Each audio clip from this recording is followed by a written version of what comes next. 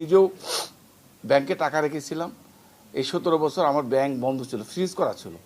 যখন ব্যাংক খুলে গেল আমি ব্যাংক থেকে টাকা উঠাতে পারি না, কারণ ব্যাংকে কোনো টাকা নেই। যেটা পৃথিবীর ইতিহাসে ব্যতিক্রম থাকে। অর্থাৎ ফ্যাসিস্টদের লোকজন লক্ষ লক্ষ কোটি টাকা তারা দেশ থেকে পাচার করে নিয়ে চলে গেছে, ব্যাংক খালি করে দিয়ে গেছে।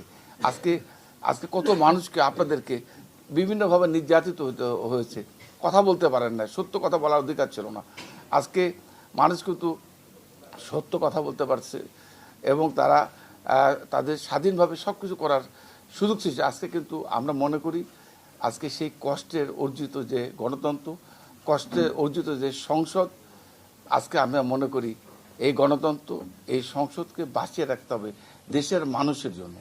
তা আমি বিশ্বাস করি যারা এই যে ওয়াক আউট করছেন বা আন্দোলন সংগ্রামের কথা বলছেন, তাদের কাছে আমার আহ্বান থাকবে, তাদের কাছে আমাদের অনুরোধ থাকবে যে আজকে আপনাদের কষ্ট, আমাদের সকলের কষ্টের অর্জিত যে গণতন্ত্র, এটা যেন ফ্যাসিস্ট যাদের কারণে আমরা পিছিয়ে গেছি, যাদের কারণে আজকে এই অর্থনৈতিক ধ্বংস হয়ে গেছে, এই জায়গাটাকে আবার ফেরত আসতে হলে আমাদের আরও কষ্ট করতে হবে, আরও অনেক ত্যাগ করতে হবে।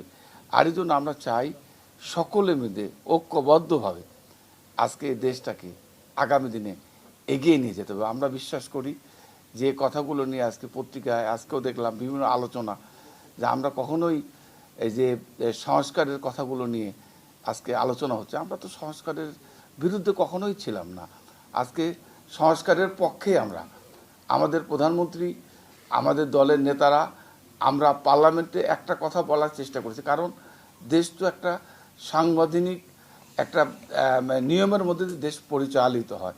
আমরা বারবার বলার চেষ্টা করেছি, পার্লামেন্টেও আমরা বলেছি আসুন আমরা বসে কোন পদ্ধতিতে এই সংস্কারগুলো করা যায়, কোন পদ্ধতিতে সংস্কার করলে সবগুলো রক্ষা হবে, কারণ সংবিধানকে তো অস্বীকার করার কোনো সুযোগ নাই। আমরা চাই সংবিধানকে রক্ষা রেখে এই সংবিধানের মধ্যে দিয়েই সকল সংস্কার আমরা করতে চাই, আমাদের দলও করতে চাই। আমাদের লক্ষ্য হচ্ছে একটাই, যে আমরা বিএনপি বা আমরা সরকার যারা আছি, আমরা সকলেই এই সংস্কারের পক্ষে। একজন রাজনীতিক কর্মী হিসাবে আমার কষ্টটা যেটা ছিল, যে আমি চেয়েছিলাম যে আমি যেন বেঁচে থাকা অবস্থায় ফ্যাসিস্টের পতন আমি দেখেছি, যে শেখ হাসিনার পতন দেখেছি। আর একটা স্বপ্ন ছিল আমাদের নেতা তারেক রহমান সাহেব প্রধানমন্ত্রী হবে, উনি প্রধানমন্ত্রী হয়ে গেছে, অর্থাৎ আমার স্বপ্ন পূরণ হয়েছে। আমার এই চাওয়া ছিল এইটাই। এখন পরবর্তীতে যেটা আপনারা বলছেন সেটাও একজন নির্ধারণ করে, অবশ্যই নিশ্চয়ই আল্লাহ আমার তার বান্দার মঙ্গল চান, ভালো চান, আমি আশা করি। তারপরেও আমি আপনারা যারা এখানে আছেন, আমি আপনাদের কাছে আমি অনুরোধ থাকবে, সবসময় আর আগেও বলেছি এখনও বলছি, যে আপনারা নাটোর জেলার যারা অফিসিয়াল যারা আছেন, সাংবাদিক আছেন, আপনাদের জন্য আমার বাড়ির দরজা 24 ঘন্টা খোলা থাকবে ইনশাআল্লাহ।